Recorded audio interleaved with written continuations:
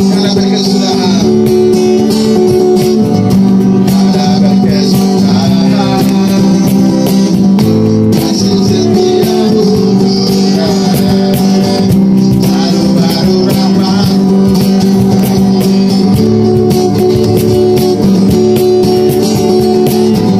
Mari berganti hari, tetap kulihat kasih-Mu, tak pernah berakhir hidupku. Karena bersama Tuhan, Tuhan Yesus baik, Tuhan Yesus baik, sungguh amat baik. Amin. Selama-lamanya Tuhan Yesus baik, Tuhan Yesus baik, Tuhan Yesus baik, sungguh amat baik.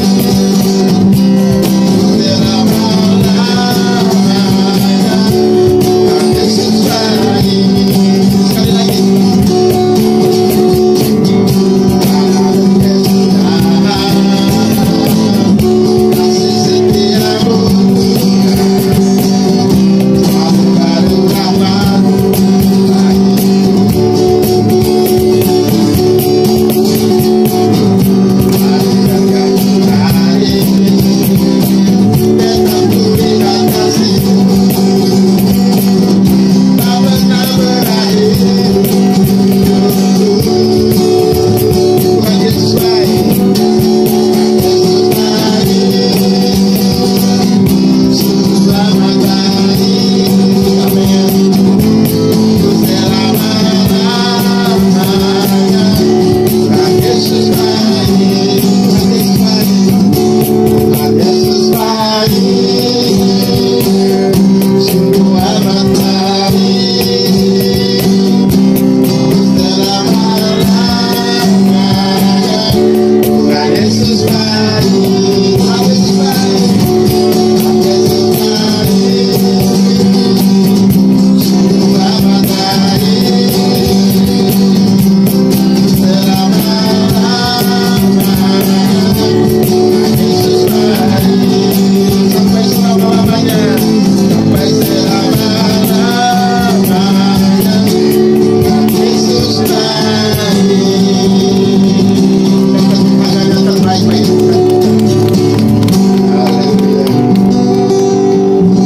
Silakan dulu Bapak Ibu yang dikasihi oleh Tuhan. Padahal Tuhan janjimu seperti fajar di pagi hari dan tidak pernah terlambat bersinar. Demikian janji-janjimu dalam hidup kami. Kalau kami merasa sudah terlambat pertolongan-Mu, namun sore hari ini yakinkan kami bahwa Engkau tidak pernah terlambat menolong kami. Sebab janji firman-Mu ya dan amin. Janji firman-Mu tidak pernah terlambat, seperti fajar di pagi hari yang bersinar. Janji tepat pada waktu. Kita lakukan sekali lagi dengan sungguh-sungguh ketika ku hadapi kehidupan ini.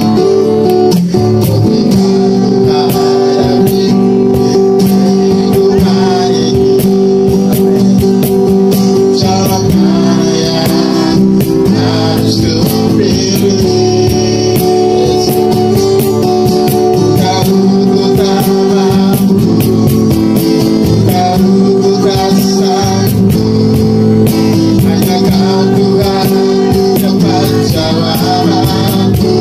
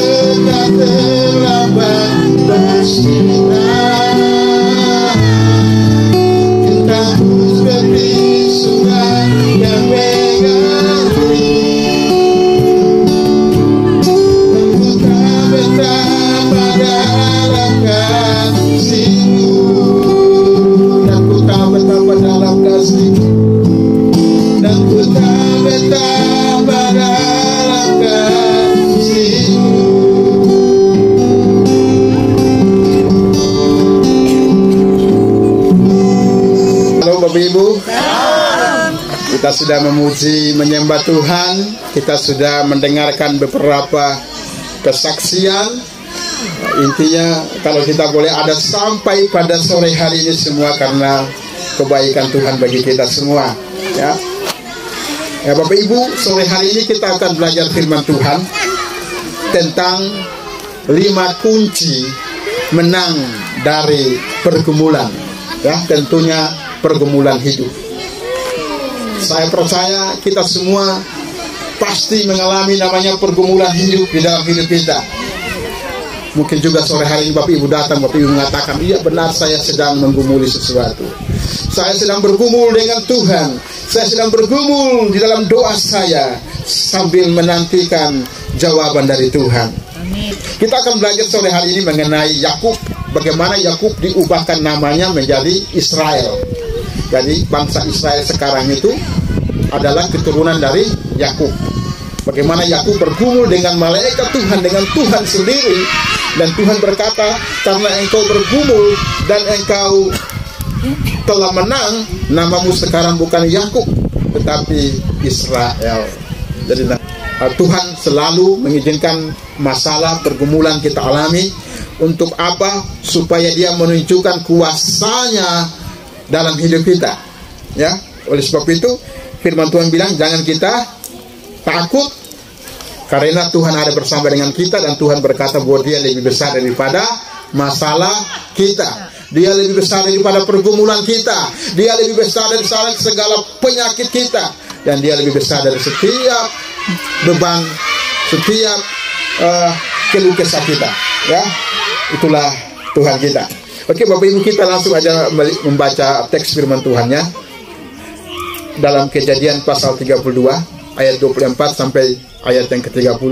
Yakub seorang diri dan seorang laki-laki bergulat dengan dia sampai fajar menyingsing. Ketika orang itu melihat bahwa ia tidak dapat mengalahkannya, ia memukul sendi pangkal paha Yakub, sehingga sendi pangkal paha itu terpelecok ketika ia bergulat dengan orang itu. Lalu kata orang itu, biarkanlah aku pergi, karena fajar telah menyingsing. Sahut Yakub, aku tidak akan membiarkan engkau pergi jika engkau tidak memberkati aku. Bertanyalah orang itu kepadanya, siapakah namamu? Sahutnya, Yakub. Lalu kata orang itu, namamu tidak akan disebutkan lagi Yakub, tetapi Israel, sebab engkau telah bergumul melawan Allah dan manusia, dan engkau menang. Bertanyalah Yakub, katakanlah juga namamu. Tetapi sahutnya, mengapa engkau menanyakan namaku? Lalu diberkatinya lah Yakub di situ. Yakub menamai tempat itu Peniel, sebab katanya, aku telah melihat Allah berhadapan muka, tetapi nyawaku tertolong. Oke, demikian jauh pembacaan kita pada sore hari ini, berbicara mengenai 5 kunci untuk menang dari pergumulan hidup. Kita belajar dari Yakub ada 5 hal. Yang pertama adalah yang perlu kita renungkan, Tuhan seringkali melumpuhkan kekuatan yang kita andalkan. Dalam ayat 25 itu Yakub bergumul dengan malaikat Tuhan, dan ketika fajar menyingsing, tidak pangkal paha kita itu adalah kekuatan kita. Kalau orang yang pangkal pahanya terpelecok itu nggak bisa berdiri, bisa berdiri jadi lumpuh, duduk aja, ya. Jadi malaikat Tuhan itu sengaja melemahkan kekuatan fisik Yakub supaya ia mau berharap kepada kekuatan yang dari Allah. Jadi hal pertama yang perlu kita renungkan, Tuhan sering melumpuhkan kekuatan yang kita andalkan. Apa yang kita andalkan? Mungkin yang kita andalkan kekayaan kita. Oh, saya orang kaya, uang saya banyak, itu yang kita andalkan. Tuhan kadang-kala membuat kita mungkin bangkrut, supaya kita tidak berharap kepada uang yang kita miliki, supaya kita berharap kepada Tuhan yang punya uang, yang punya segala sesuatu. Ya, biasanya kalau orang sudah kaya, punya di rekeningnya miliar, yang diandalkan adalah uang yang ada di rekening. Pergi ibadah, ngapain pergi ibadah? Tinggal ambil di rekening ada kok. Padahal kenyataannya saya boleh melihat banyak orang kaya yang bisa jatuh miskin dalam waktu yang singkat. Ya. Banyak orang kaya yang punya uang triliunan bisa habis dalam waktu singkat kalau Tuhan izinkan semua yang terjadi. Ya. Sehingga kita tidak boleh berharap kepada uang yang kita miliki. Ya, kalau uang yang kita miliki itu punya Tuhan, dan Tuhan bisa setiap saat mengambilnya dari kita. Supaya apa? Bukan karena Tuhan tidak mau memberkati kita berkelimpahan, supaya Tuhan mau mengajari kita agar kita tidak berharap kepada uang yang kita miliki, tapi berharap kepada Tuhan. Yang kedua adalah orang berharap pada jabatannya. Orang berharap kepada jabatannya, oh saya punya kedudukan dan posisi yang baik, itu yang diandalkan. Padahal posisi keadaan seseorang bisa hilang begitu saja. Yang mengambil kekuasaan kita, jabatan kita, supaya kita menjadi orang yang rendah hati, ya, menjadi orang yang berharap kepada Tuhan.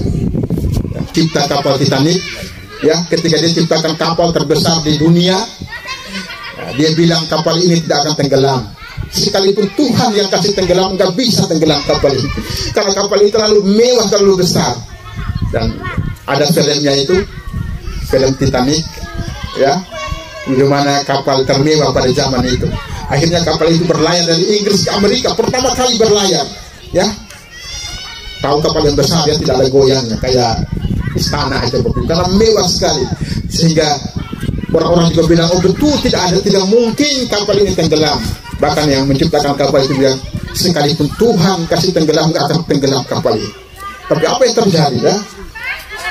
Ketika mereka berlayar di Samudra Atlantik, kapal Titanic tabrak es, ya, dari luar negeri itu ada namanya itu apa, lautan es. Jadi ada gunung es, ya, tidak kelihatan di mata, ya, tapi ternyata ada gunung, tapi jadi nabrak tiba-tiba gunung es dan hancurlah kapal Titanic, ya, ribuan orang meninggal dunia. Baru keluar sudah tenggelam, ya. Itu Tuhan mempermalukan orang yang ciptakan kapal Titanic itu. Dia bilang sekalipun Tuhan tenggelamkan kapal itu, tidak akan tenggelam. Akhirnya dia mati bersama-sama dengan kapal yang dia buat itu, ya. Ya, itulah manusia. Kadang-kadang kita merasa kuat, kita merasa sombong, wah saya hebat, ya, tidak ada yang bisa menyaingi saya, ya. Padahal Bapak Ibu firman Tuhan bilang bahwa hidup kita manusia seperti uap yang sebentar kelihatan lalu lenyap, ya. Kalau kita protes sama Tuhan, Tuhan nggak adil, kenapa pekerjaan saya sudah bagus dihancurin lagi. Padahal mungkin Tuhan menutup satu jalan, satu pintu untuk membuka pintu yang lain, pintu yang lebih baik lagi, ya. Nah, itu ya. Di dalam kehidupan kita, mungkin tumpuan kita adalah uang, kepandaian, jabatan, dan lain-lain. Tuhan melumpuhkan itu semua agar kita dapat kembali hanya berharap kepadanya. Nah, itu poin yang pertama, ayat 25 itu, ya. Tuhan sengaja membuat pangkal paha Yakub terpelecok supaya dia tidak bisa mengandalkan kekuatannya sendiri, supaya dia hanya berharap dan mengandalkan Tuhan. Oke, poin yang kedua adalah setiap permasalahan memiliki batas waktu. Ya, ayat 26 itu dibilang Tuhan itu bergumul dengan Yakub sampai fajar menyingsing. Jadi waktu fajar menyingsing, mau tidak mau malaikat Tuhan ini harus pergi, ya, meninggalkan Yakub, ya. Kebenaran rohaninya adalah bahwa kalau kita sedang mengalami badai dalam hidup kita, pergumulan dalam kehidupan kita, ya, percayalah bahwa semua pencobaan dan ujian itu pasti ada batas waktunya. Hujan itu, ya, Kadang-kala awan gelap datang, badai datang, tapi setelah itu akan muncul pelangi yang indah, ya, akan muncul cuaca yang cerah, ya, itu. Jadi setiap masalah pasti ada waktunya. Jangan pernah putus asa di tengah jalan, ya. Kadang-kala orang itu putus asa di tengah jalan dan akhirnya meninggalkan Tuhan. Oh, Tuhan nggak adil, Tuhanku begini ya, lebih baik saya pilih jalan saya sendiri aja, lebih baik saya menyerah, ya. Jangan Bapak Ibu, ya, tetaplah semangat, tetaplah mengandalkan Tuhan, ya, karena Dia tidak pernah memberikan pencobaan itu melebihi kekuatan kita, ya. Karena kalau kita bilang kayaknya cobaan ini terlalu berat, sudah nggak mampu lagi, Tuhan ini nggak adil. Tuhan tetap Allah yang adil. Dia tidak pernah memberikan pencobaan melebihi kekuatan kita. Dia tahu kemampuan kita, anak-anaknya, ya. Karakter kita lah, ya, karakter kita itu yang akan membawa kita ke dalam kerajaan surga. Bukan uang kita, bukan jabatan kita, bukan kepandaian kita. Apa yang kita miliki di bumi ini kita akan tinggalkan di bumi ini, tidak satu pun yang kita bawa. Hanya karakter kita yang akan kita bawa ke dalam kerajaan surga. Makanya Tuhan mau supaya jangan kita seperti orang kaya yang bodoh. Dia punya segalanya, dia kaya, tapi waktu dia mati tidak satu pun yang dia bawa, ya. Lazarus justru orang yang sederhana, tapi dia masuk ke dalam kerajaan surga. Karena Tuhan tidak melihat ke surga, Tuhan gak lihat, oh kamu orang kaya masuk, enggak, ya. Dan Tuhan melihat adalah karakter kita selama kita di bumi ini. Apakah kita menjadi orang Kristen yang sungguh-sungguh kepada Tuhan? Apakah kita menjadi orang Kristen yang kuat di dalam Tuhan? Ya, sebabnya pada sore hari ini jangan pernah putus asa, jangan pernah kecewa, ya. Tetaplah percaya bahwa Tuhan akan menyertaimu. Amin. Ada saatnya Tuhan akan memulihkan hidup kita, ya.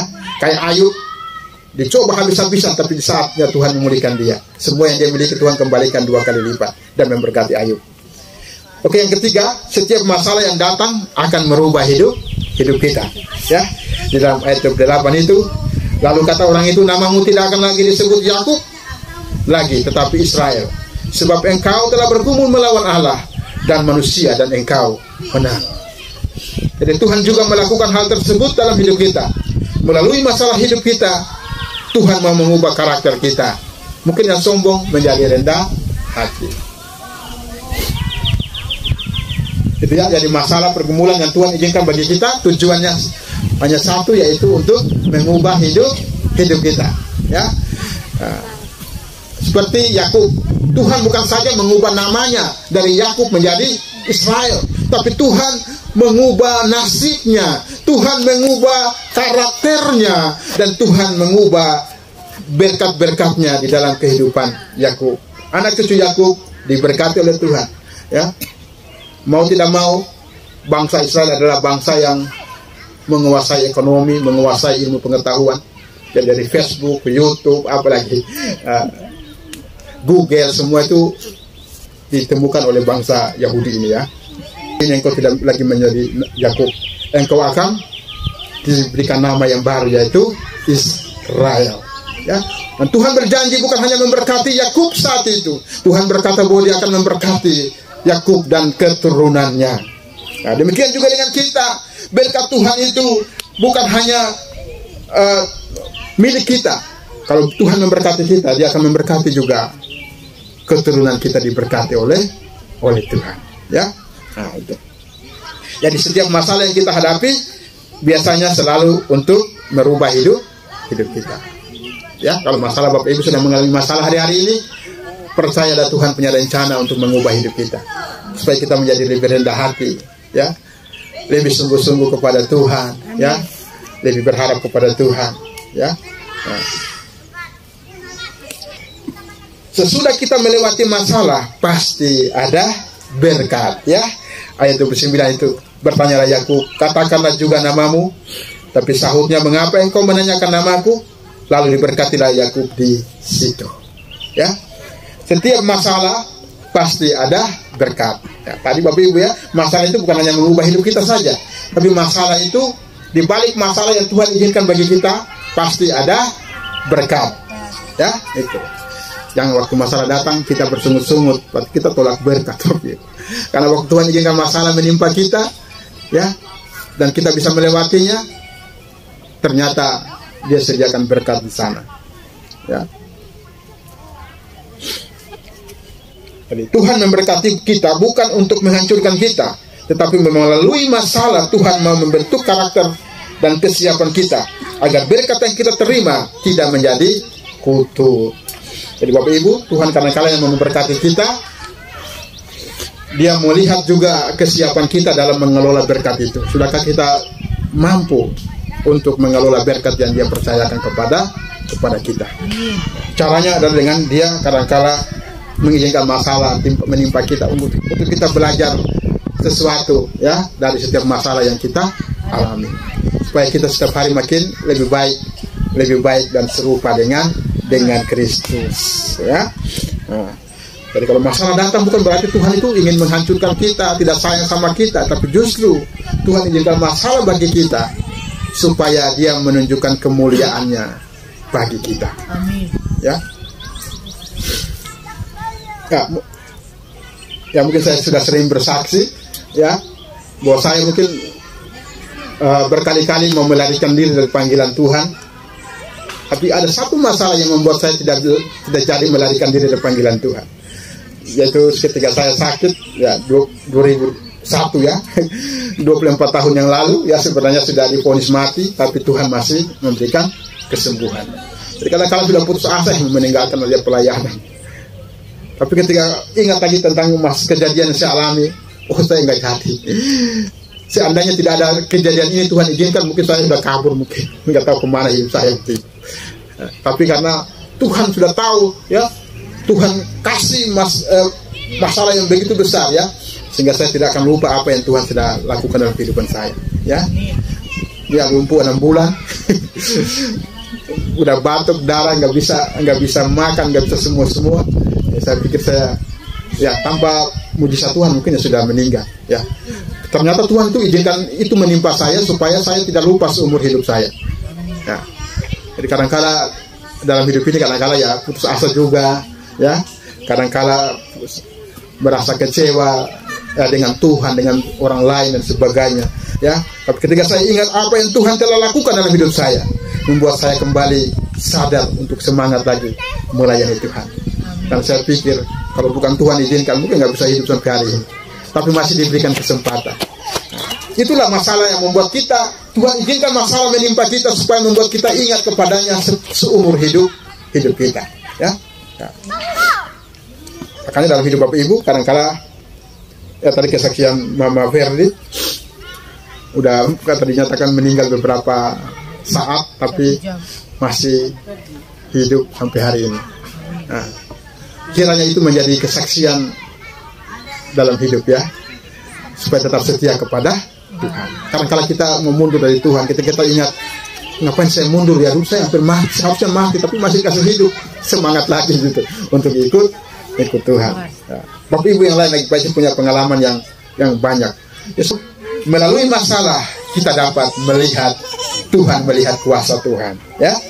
Ayat 30, Yakub menamai tempat itu Peniel, sebab katanya, aku telah melihat Allah berhadapan muka, tapi nyawaku tertolong ya. Jadi Bapak Ibu, kadang-kadang Tuhan izinkan kita lewat pergumulan, lewat masalah, supaya kita bisa melihat keajaiban Tuhan, supaya kita bisa melihat mujizat dari Tuhan, bahkan kita bisa lebih lagi dekat kepada Tuhan ya. Jadi Yakub bergumul dengan malaikat Tuhan. Waktu itu akhirnya dia sadar bahwa ternyata bukan hanya malaikat Tuhan, tapi Tuhan sendirilah yang bergumul dengan dia. Makanya dia menamai tempat itu Peniel ya.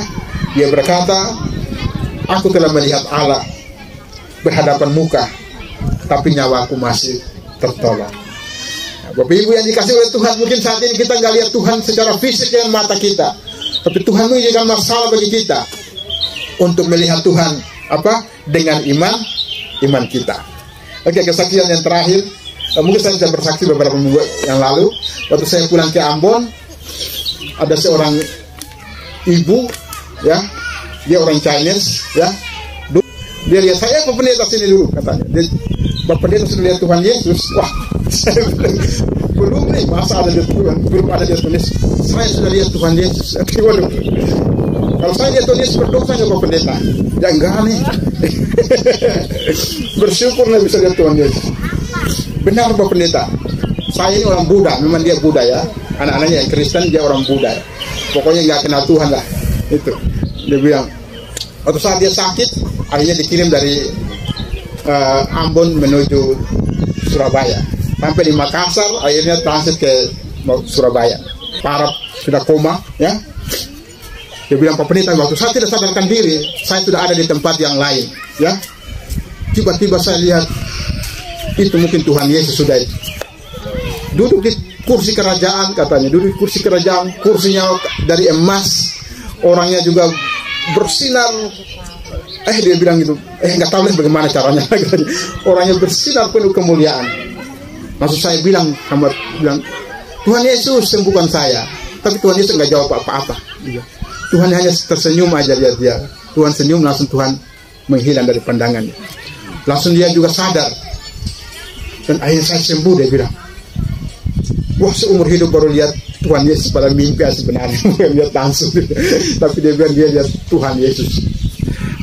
Jadi sejak itu orang nggak pernah gereja, akhirnya dia gereja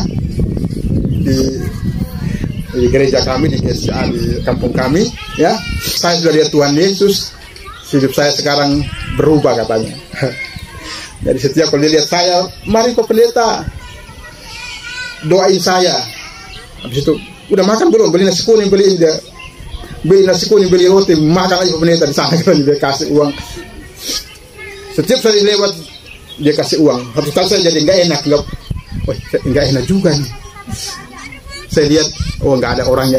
Saya jalan, tahu-taunya dia di dalam, dia masih ngintip. Pak Pendeta, saya kaget. Mau kemana? Jangan lewat rumah saya kalau nggak mampir, katanya. Hanya mampir. Cerita sama dia. Dan dia selalu ulang-ulang. Mungkin di kampung ini belum ada yang lihat Tuhan Yesus, cuma saya yang lihat Tuhan Yesus. Oh bagus lah, saya bilang. Bapak Pendeta aja belum lihat Tuhan Yesus, katanya. Gimana? Oh iya, saya bilang. Terserahlah mama, dia bilang. Waktu saya berjumpa dengan Tuhan Yesus, hidupnya diubahkan Tuhan, ya. Dia menjadi orang yang sungguh-sungguh kepada Tuhan, ya. Mungkin kita akan melihat Tuhan Yesus kayak dia, ya, kayak mama itu ya langsung, ya. Tapi kita akan melihat kuasanya nyata dalam hidup kita, ya. Kita akan melihat pertolongan yang nyata dalam kehidupan kita, ya. Itulah ketika Tuhan kasih masalah supaya kita melihat tangannya yang ajaib. Ya tadi Bapak Ihsan bersaksi, ya.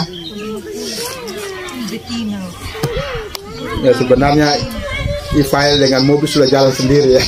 Tapi lebih ada yang menahannya, itu ada motor di bawah kolong itu, Ibu, ya.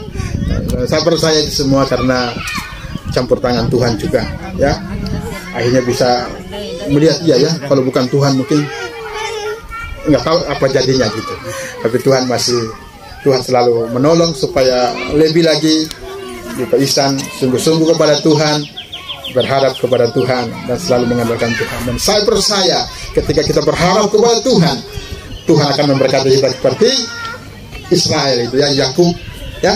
Orang di perantauan yang nggak punya apa-apa diberkati Tuhan luar biasa.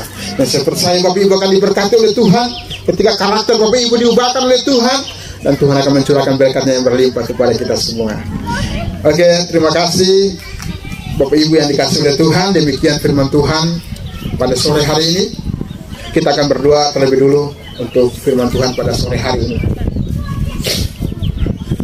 Mari Bapak Ibu, saya mengajak Bapak Ibu tunduk kepala di hadapan Tuhan. Renungkan kebaikan Tuhan dalam hidupmu selama ini. Apapun masalah yang sedang engkau alami, engkau hadapi, percayalah bahwa Tuhan tidak pernah meninggalkanmu.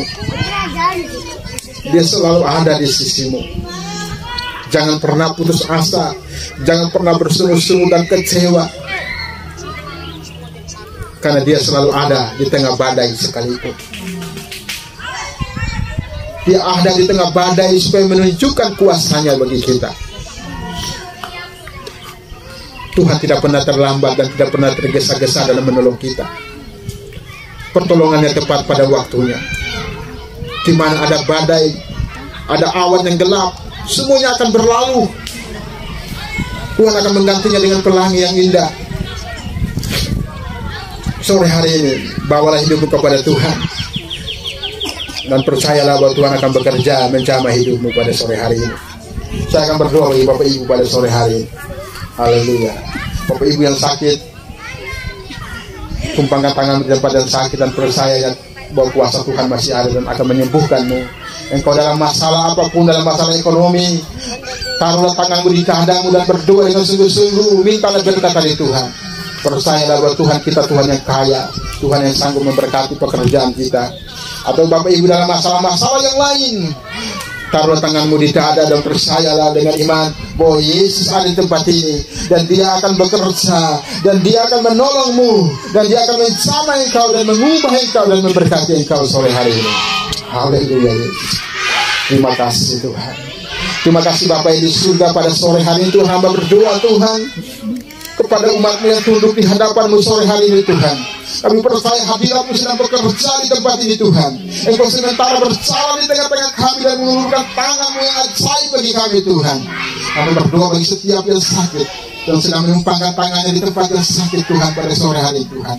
Hamba tidak menumpangkan tangan kepada mereka, bagi tangan-tangan mereka yang mereka tumpangkan di tempat yang sakit, bila tangan dari Tuhan menjamah tangan mereka, sehingga setiap penyakit apapun yang mereka alami disembuhkan sekarang di dalam nama Tuhan Yesus. Sembuh di dalam nama Yesus.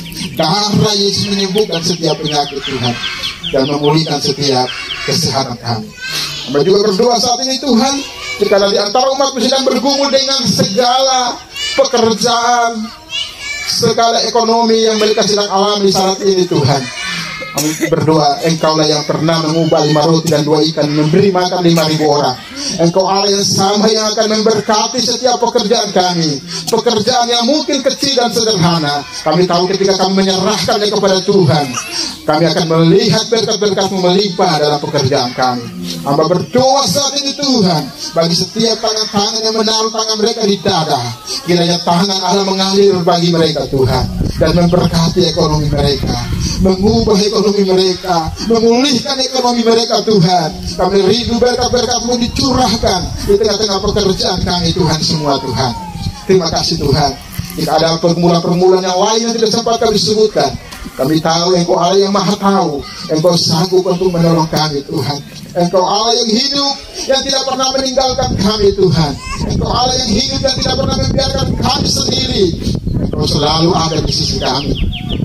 Ketika kami susah, Engkau akan menghibur kami. Ketika kami lemah, Engkau akan menguatkan kami Tuhan. Ketika kami kekurangan, Engkau akan mencukupkan apa yang kami butuhkan Tuhan. Tuhan, terima kasih Bapa. Terima kasih buat firman-Mu Tuhan pada sore hari ini, yang mengajari kami untuk berharap kepada Tuhan. Terima kasih Tuhan Yesus. Kami bersyukur buat firman-Mu Tuhan pada sore hari ini. Di dalam nama Tuhan Yesus kami berdoa. Haleluya. Amin.